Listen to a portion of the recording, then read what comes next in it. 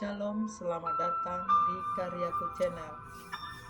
Saudara terkasih dimanapun Anda berada, kita bersyukur kepada Tuhan dan kiranya kita semua dalam keadaan baik dan sehat-sehat saja, khususnya di bulan-bulan Desember, di mana kita akan merayakan Natal. Kita mau lagi yang lampau, kita patut mensyukuri atas kasih dan anugerahnya. Mari kita kumandangkan tentang kelahiran Yesus, terutama di hati dan di kehidupan kita, bukan secara hanya seremonial saja setiap tahunnya kita elukan tentang sukacita kelahiran Yesus, tetapi mari kita jadikan itu menjadi suatu fondasi untuk kita menjadi berkat bagi banyak orang.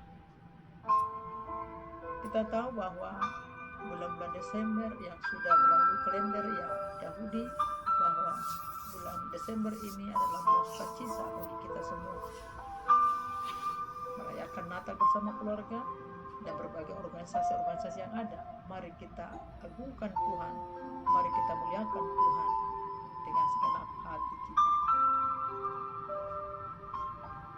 Saudaraku yang terkasih di dalam Tuhan, mari terus kita tetap merenungkan firman ini, karena firman itu adalah kitab kebenaran, perkataan Allah sendiri yang perlu kita pelajari dan kita ketahui supaya iman kita tidaklah menjadi pudar dengan adanya teknologi, tidak akan tergeser. Mari kita memberi diri untuk senantiasa dekat dengan Tuhan melalui firman. Saudara yang terkasih dalam Tuhan, Lukas pasal pertama ayat yang ke-26 sampai 38. Hal ini bukanlah hal yang baru bagi kita, ya, karena kita tahu bahwa melalui Injil Lukas ini kita bisa mempelajari sejarah bagaimana kelahiran Yesus berada di tengah-tengah dunia ini. Adalah sukacita yang sejati, sukacita yang tiada tara kalau kita mau dipakai oleh Allah, terlebih-lebih dipakai untuk segala rancangannya demi keselamatan seluruh umat manusia. Demikianlah yang dirasakan oleh seorang Maria kala malaikat Allah menyatakan segala kehendaknya kepada Maria, bahwa Sang Juru Selamat akan lahir, hadir melalui bunda perawan Maria. Apakah Maria menjadi yang utama? Sedikit pun tidak. Keutamaan hanya milik Kristus, Sang Juru Selamat. Karena itu, mari kita mau dipakai oleh Allah demi keselamatan dunia ini. Saudaraku yang terkasih di dalam Tuhan, mari kita mempelajari tentang Maria, sikap Maria. Yang perlu kita pelajari dari sikap Maria, dia tidak komplain atas rencana dan rancangan Tuhan dalam hidupnya untuk perkara yang sangat-sangat besar, yang memakai dan mengambil risiko yang sangat-sangat perlu pergulatan dan ketenangan jiwa, di mana kita melihat sejarah, ya, bahwa bangsa Yahudi hidup di bawah ketentuan tradisi atau budaya yang sangat ketat dan ekstrim. Salah satunya adalah tidak diperkenankan hubungan seks di luar nikah dengan alasan apapun. Jika itu terjadi, maka perempuan yang mengandung akan diusir, bahkan dibuang untuk diasingkan. Ironisnya lagi, perempuan itu dikeluarkan dari ikatan keluarga. Kenyataan ini sempat membuat Maria khawatir karena ia mengandung tanpa pernah berhubungan seks dengan tunangannya. Ketika kita mengalami persoalan, dan persoalan itu bukan yang kita undang, tentu kita pasti akan mengalami gundah gulana, khawatir, gelisah, resah. Itu manusiawi. Sama juga yang dialami oleh Maria. Ketika malaikat Allah mendekati menyampaikan kabar ini, pada dasarnya memang Maria gentar karena ini perkara yang serius dalam hidup, karena berdasarkan adat dan tradisi Yahudi. Tetapi satu hal yang perlu kita pelajari, yang menariknya di sini adalah Maria itu tenang, siap menerima risiko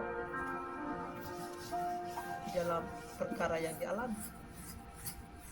Tidak banyak dan sangat jarang kita temukan seperti ini. Mengapa demikian Maria begitu tabah, tenang menghadapi? Tentunya ada roh Tuhan yang ada pada dia sehingga dia menerima rancangan Tuhan dalam hidupnya. Mari kita belajar seperti Maria ini, yang manakala ketika ada rencana dan rancangan Tuhan yang menurut kita itu di luar nalar kita, di luar pemikiran kita, mari kita tenang, mari kita berseru kepada Tuhan, mari kita berbicara kepada Tuhan, mari kita mendekatkan diri kepada Tuhan supaya Tuhan menyatakan apa maksud dan rencananya dalam hidup kita.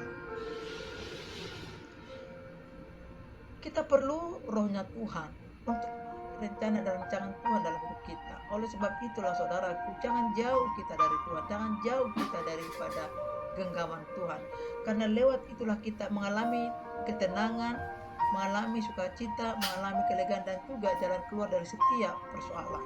Tidak ada persoalan ya di luar kemampuan kita. Tuhan akan buka jalan kalau kita bersandar berharap kepada. Maka hal ini sedikit ditegaskan dalam Lukas tadi. Tuhan mau menyelamatkan umat manusia dengan mengutus putranya Yesus Kristus ke dunia ini melalui perantaraan perawan Maria.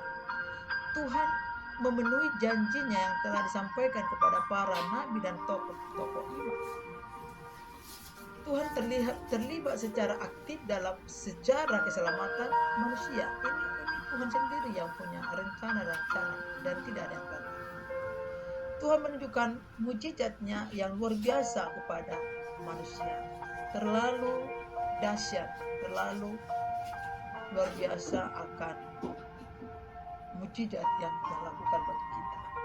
Ini penegasan yang bisa disampaikan melalui sedikit yang bisa kita pelajari dari Lukas pasal pertama tadi ayat 26 sampai 38. Maka dengan pemaparan yang sangat sederhana disimpulkan dengan pemahaman dan pemikiran yang sangat sederhana.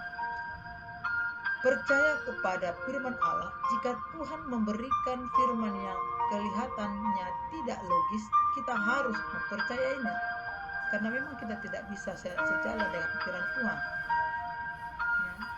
Menerima perintah Allah. Jika Tuhan memberikan perintah yang akan memberikan resiko besar, kita harus menerimanya dengan kerendahan hati.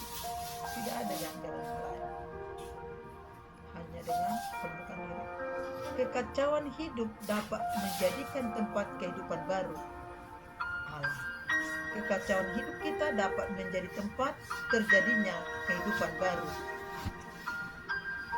Semua yang terjadi dalam hidup kita, terkadang kita tidak mengerti, kita justru komplain, kita justru mengomel, kita justru bersungguh-sungguh. Tetapi dengan kerendahan hati, mari kita menerima perkataan Tuhan, rancangan Tuhan dalam hidup kita, karena semua itu Tuhan akan paparkan dan nyatakan apa yang terjadi di balik semua perkara yang Tuhan berikan kepada kita. Marilah kita rendah hati menerima setiap firman, apapun yang Tuhan percayakan bagi kita. Mari kita dengan sukacita, dengan kerendahan hati menerima rancangan Tuhan dalam hidup kita. Tetap kita bersyukur kepadanya dan berharap kepadanya, karena Tuhan tidak pernah membiarkan kita berjalan sendiri dalam kehidupan kita. Saudara yang terkasih, demikian pemaparannya sangat sederhana. Kiranya di Desember ini kita mengalami sukacita dan Yesus lahir dalam hidup kita untuk menjadi berkah bagi banyak orang. Demikian pertemuan kita. Tuhan Yesus memberkati. Shalom.